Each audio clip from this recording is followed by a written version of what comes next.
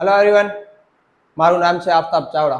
આજે હું એક મહત્વનો પ્રમેય લઈને આવ્યો છું જે બોર્ડની એક્ઝામમાં મોસ્ટ આઈએમપી છે ને વારંવાર બોર્ડની એક્ઝામમાં પૂછાય છે. સમપ્રમાણતાનું મૂળભૂત પ્રમેય આવી રીતના એ પૂછાતો હોય છે, યા બીજી રીતે પૂછાય તો થેલ્સનો પ્રમેય. આ પ્રમેય કેવી રીતના આપણે સોલ્વ કરવો એ આજે હું તમને ડીપમાં અને શોર્ટમાં સમજાવીશ કે તમને સમજમાં આવી જાય. ચાલો, તો પહેલે તો આકૃતિ દોરી છે આપણે, બરાબર. પક્ષ આકૃતિ ઉપરથી જ આપણે પક્ષ લખી શકીએ. જે આકૃતિમાં આપણે જે કામ કર્યું હોય, જે આકૃતિમાં આપણે દોર્યું હોય એ જ આપણે પક્ષમાં લખવું જોઈએ. કેવી રીતના ત્રિકોણ એબીસી ની બાજુ બીસી, ત્રિકોણ એબીસી છે એની બાજુ બીસી, દોરેલી રેખા ડી અને ઈ અનુક્રમે સમાંતર દોરેલી રેખા ડી અને ઈ અનુક્રમે એબી અને એસી માં છેદે છે. બીસી જે બાજુ છે એને સમાંતર દોરેલી રેખા ડીઈ છે, ઈ એબી અને એસી માં અનુક્રમે છેદે છે.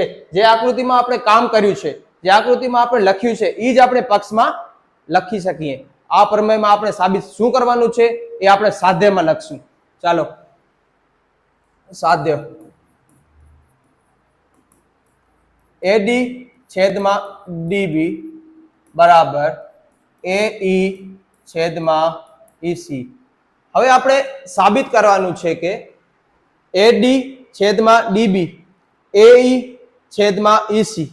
હવે આમાં આપણે શોર્ટમાં તમને સમજાવું તો 4 ત્રિકોણ લેવાના છે અને ત્રિકોણનો ક્ષેત્રફળ શોધવાનો સૂત્ર લખી ઉપયોગ કરીને આપણે આ પ્રમેયની સાબિત કરવાની છે. તો આપણે પહેલે આપણે ત્રિકોણ લેશું ત્રિકોણ એ ડી ને ઈ, ત્રિકોણ એ ડી ને ઈ લેશું. સાબિતી તો ત્રિકોણ એડીઈ નું ક્ષેત્રફળ બરાબર 1/2 પાયો ગુણ્યા વેધ. હવે આ ત્રિકોણ એડીઈ નું ક્ષેત્રફળ આ સૂત્ર લખવું આપણે ફરજિયાત છે. તો આપણે ખ્યાલ આવે, આપણે સાબિતીમાં જોયું કે આપણે 4 ત્રિકોણની મદદથી આપણે આ પૂરો પ્રમેય સાબિત કરશું. એડી છેદમાં ડીબી બરાબર એઈ છેદમાં ઈસી.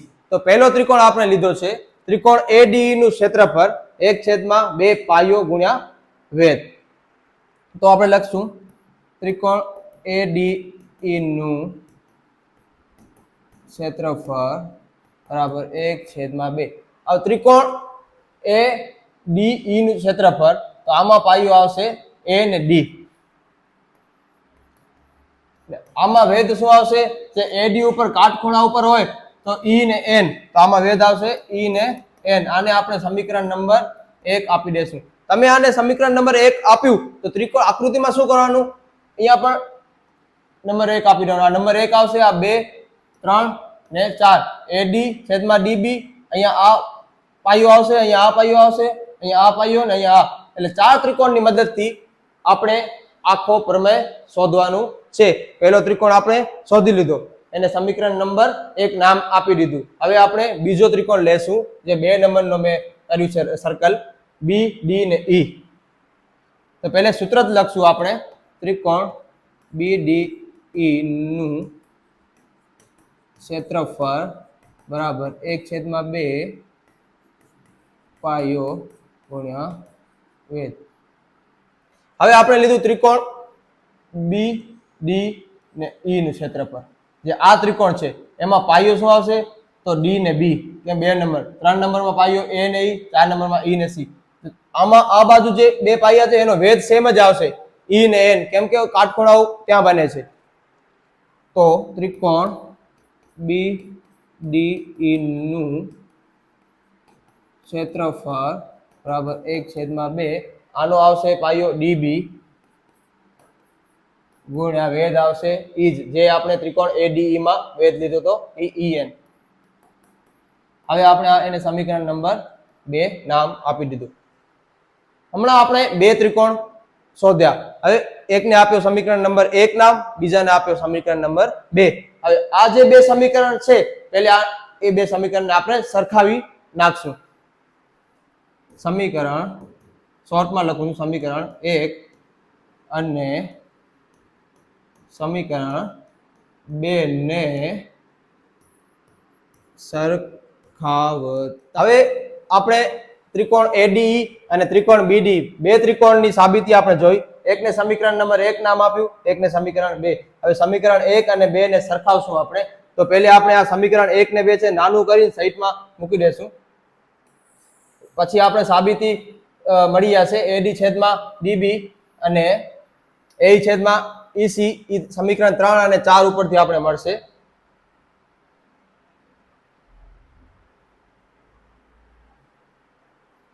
હવે સમીકરણ 1 અને 2 ને સરખાવશું આપણે. તો પહેલે સમીકરણ 1 લખીએ આપણે.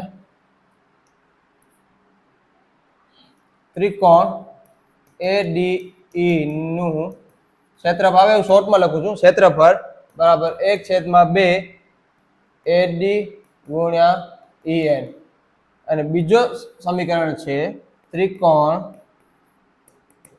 BDE નું ક્ષેત્રફળ બરાબર 1/2 DB ગુણ્યા EN. હવે આમાં આપણે જે સરખું દેખાય છે એને આપણે ડાયરેક્ટ ઉડાડી નાખશું, કટ કરી નાખશું. EN ઉડી જશે, 1/2 ઉડી જશે. તો અહીંયા શું મળશે આપણને? AD છેદમાં DB.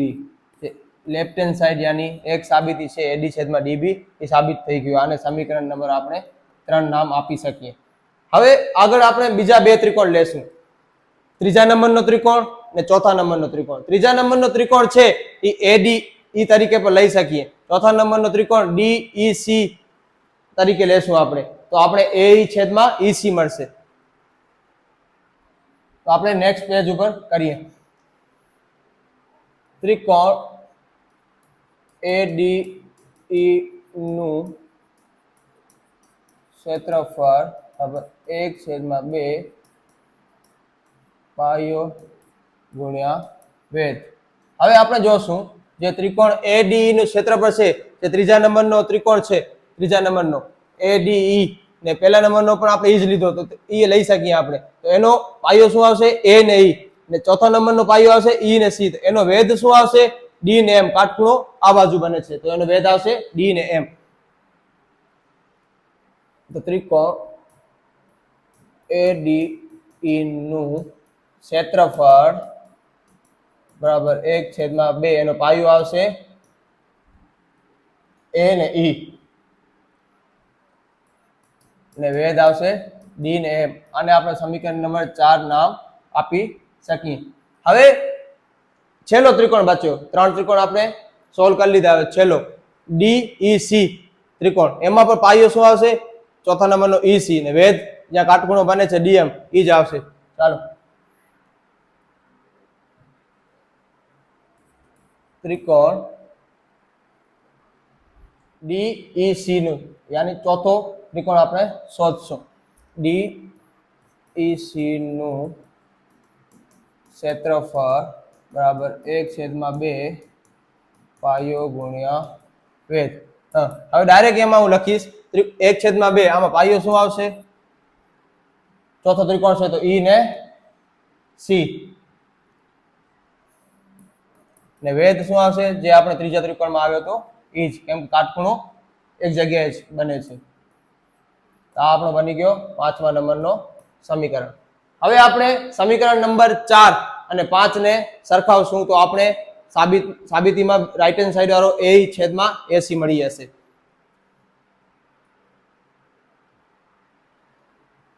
સમીકરણ શોર્ટમાં લખું. સમીકરણ 4 અને 5 ને સરખાવતા સમીકરણ નંબર 4 આપણી પાસે છે ત્રિકોણ ADE નું ક્ષેત્રફળ બરાબર 1/2 AE ગુણ્યા DM. સમીકરણ નંબર 5 આપણી પાસે છે ત્રિકોણ DEC નું ક્ષેત્રફળ બરાબર 1/2 EC ગુણ્યા DM. આ સમીકરણ જે સરખાવ્યો આપણે એમાં જે સરખા દેખાય એને આપણે ઉડાડી નાખશું યાની ગાયબ કરી નાખશું. DM કટ 1/2 યાની 1/2 1/2 અહીંયા બચ્યું શું a છેદમાં ec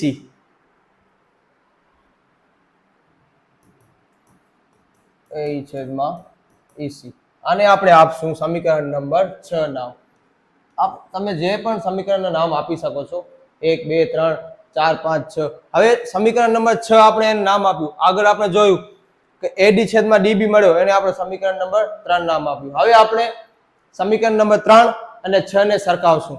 મેં તમને પહેલા જ વાત કરી કે આપણે 4 ત્રિકોણ ઉપરથી આ સાબિતી શોર્ટમાં કરશું, કેમ કે સાબિતી સમજવામાં ઈઝી પડે તમને. તો પહેલો ત્રિકોણ આ લીધો, બીજો આ લીધો, ત્રીજો ઓ, ચોથો ઓ.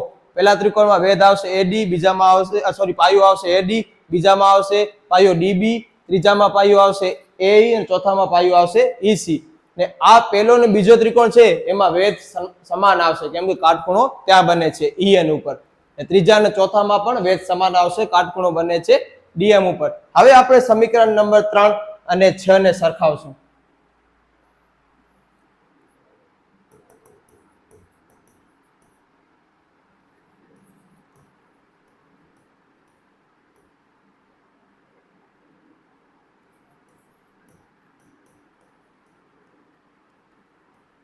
સરખાવતા આમાં આપણે શું કરશું, સમીકરણ નંબર 6 ને સમીકરણ નંબર 3 ને આપણે સરખાવશું તો આપણે સાબિતી આપણી મળી જશે. સમીકરણ નંબર 3 માં આપણે મળ્યો છે AD છેદમાં DB બરાબર AE છેદમાં EC. જે આપણે સાબિત કરવાનું છે એ આપણે સાબિત મળી ગયું.